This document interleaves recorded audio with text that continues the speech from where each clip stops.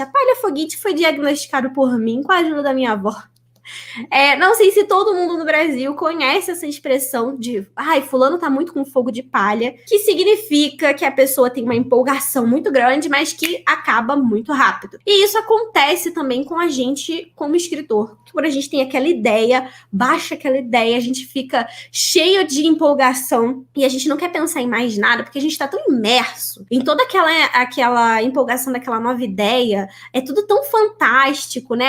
A gente sente como se a gente estivesse vivendo aquela cena que vem, porque geralmente quando a gente tem a ideia de uma história, vem uma cena ou um ponto específico da história que é muito empolgante e nos convence de que a gente quer escrever aquilo. Só que a gente não pensa que existe todo o restante da história. A gente pensa, senta logo para querer escrever só aquele pedaço que vem à nossa mente. E é aí que a Palha Foguete te pega de jeito, porque você cede a empolgação espontânea, aquela empolgação louca de início, e você comete o erro de sair para escrever e se decepcionar quando você percebe, enquanto você está escrevendo, que a história não é só aquela cena, e que, olha só, não vem magicamente o restante da história num download mental. Você precisa construir aquela ideia. Quando você se deixa pegar pela Palha Foguete, tem uma história, uau, ela é super animada, eu adoro essa história, eu vou escrever agora, não me importo com mais nada. Vou até abandonar as outras, porque essa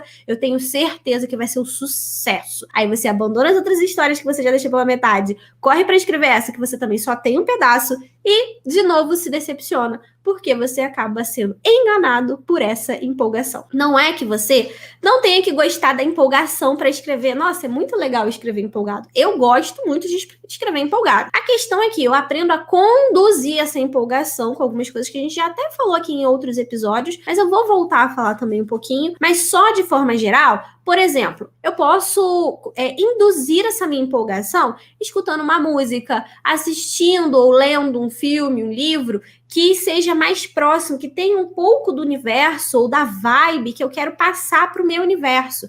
Não é que você vai assistir uma história e copiar ela para o seu, não. Mas, por exemplo, quando eu escrevo Yuru no Sekai, que é a minha light novel baseada em histórias estilos mangás, né, estilo japonês, eu sempre gosto de assistir um anime que eu me empolga, né, que me deixa com essa animação de querer estar dentro daquele mundo. É mais fácil para eu transmitir essa empolgação para quando eu vou escrever. Ou escuto uma música, sempre monto ali as playlists para as minhas histórias para conseguir induzir essa empolgação. Mas, quando vem aquela empolgação louca de querer escrever, eu sempre anoto a ideia. Quem é mais antigo aqui sabe bem. Eu sempre anoto a ideia no Google Keep, por exemplo, que é o meu caso, mas existem outros aplicativos, e eu deixo ela de canto. Eu não esqueço ela, eu não a abandono, mas eu falo assim, olha, filha, você chegou agora, pega o seu lugar na fila, porque tem outras histórias para eu escrever. E assim eu também não jogo fora aquela ideia. Porque quando você pega e sai para escrever de qualquer jeito, óbvio que não vai ficar bom, é muito provável que você trave, e aí você fica frustrado com aquela ideia e acaba a abandonando. O próprio exemplo é Yuru no Sekai.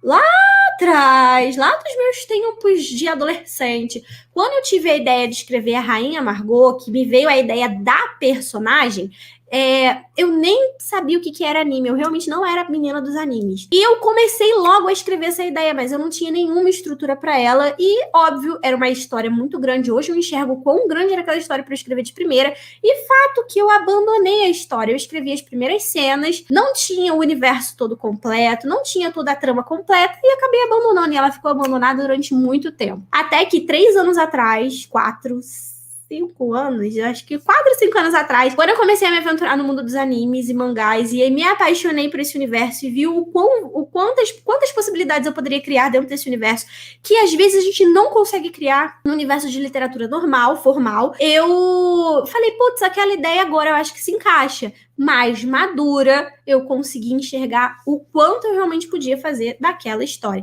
E ainda assim, eu escrevi uma primeira versão, até publiquei ela no Wattpad, teve uma boa visualização, mas eu tirei porque eu vi que eu ainda precisava, pro jeito que eu queria fazer ela, eu ainda precisava melhorar muito mais. E é possível também fazer reescrita, mas isso é um tema para um próximo podcast sobre essa questão de reescrita. Então, pequeno gafanhoto, se você tiver uma ideia, não saia para escrever logo de cara. Vá juntando elas num canto, que aí, mais pra frente, nesse mesmo episódio, a gente vai ver o quanto essas ideias juntas podem formar uma história, beleza?